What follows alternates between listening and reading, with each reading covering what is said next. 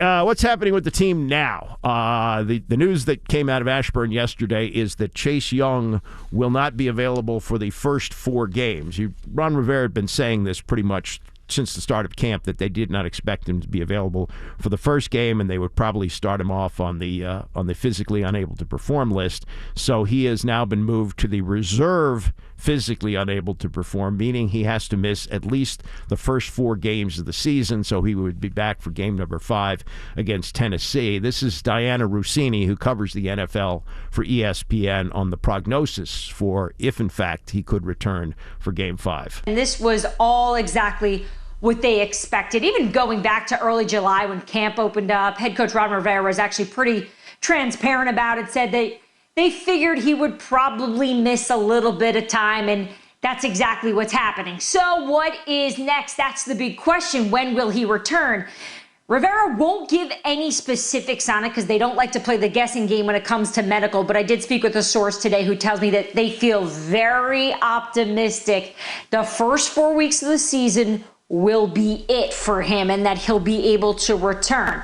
Obviously, this can always change. We know there's always setbacks, or at least there can be, but at least the organization at this point has a good, strong, confident feel that their 2020 Rookie Defender of the Year will be back against the Tennessee Titans for Week 5. So that's what team sources are telling Diana Rossini, that he would be back for Week 5. This is a more serious surgery than Logan Thomas had.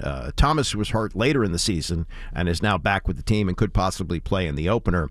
Young obviously won't be back until at least Week 5, but in November he underwent ACL reconstruction, Dr. James Andrews, using a graft from Young's left patellar tendon to construct the ligament in his right knee. The procedure is different from the ACL repair, in which a surgeon reattaches the torn ligament to the bone. Recovery from a repair is often shorter than reconstruction. So if Diana Rossini is correct, we will see Chase Young back for week number 5. Meantime, that creates opportunity for Casey Toohill, who filled in last year when Young went down. You never ever want to see someone get hurt severely. So obviously I wasn't, happy that Chase got hurt. That was very unfortunate to see. He's a great player and a great friend, so I hated to see that. But yeah, it was an opportunity. So I don't think I had like a moment of like a great analyzation or something. There wasn't a lot of like thinking about it. It just happened. I was like, okay, this is, I've taken reps with the ones before, like OTAs, people were injured, I'm ready to go. So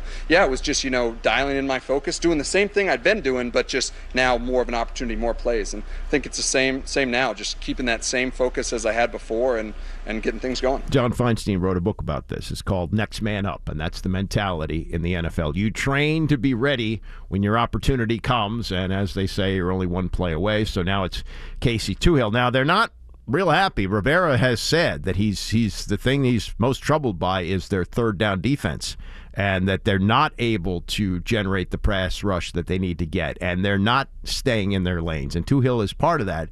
So he's got an opportunity to get some playing time here, but I don't think the leash is going to be very long. And, they're hopeful that they get Chase Young back by week number 5, but there's going to be a lot of guys who are going to get a chance, and Toohill is going to be one of them. Last thing, and this is the question came up yesterday about Carson Wentz, and as I've been saying, they've seemingly gone out of their way all off season to talk about what a great teammate he is, what a great guy he is, how hard he works.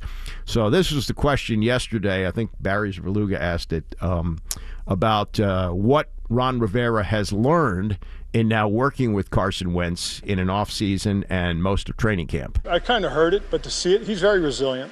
A lot of things just kind of go off his back. He's very hard on himself. He really is. He pushes himself, and you can see it. In meetings, you can see it. I mean, this is a young man who's very serious about his craft, and I think he's a guy that's driven.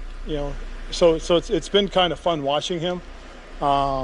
And every now and then, it's kind of neat to watch and see something positive that all of a sudden you go, okay, he's got that, and he takes a little bit of pride in those things. Nothing official yet, but it's very unlikely we're going to see him play in the final preseason game, which is Saturday. And by the way, you will hear that right here on ESPN 6:30. We are the new home of the Baltimore Ravens, so coverage here will start at 6:30 for the 7 o'clock kickoff. But I guess what they have seen from Wentz is satisfying. At least they're going to tell you it's satisfying. They're not going to say, oh, boy, we made a mistake bringing this guy in.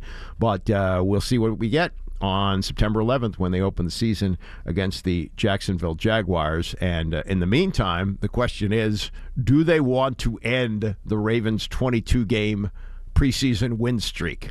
We'll talk more about that coming up at 11 o'clock. But next, Pat Forty weighing in on what's happening in college football with Dan Patrick about whether or not there's going to be more conferences adding on, much like the Big Ten, which parlayed the addition of USC and UCLA into an unbelievable television contract, which will pay them $1 billion a year. We'll get to that as we continue. It's the Andy Pollin Hour, ESPN 630.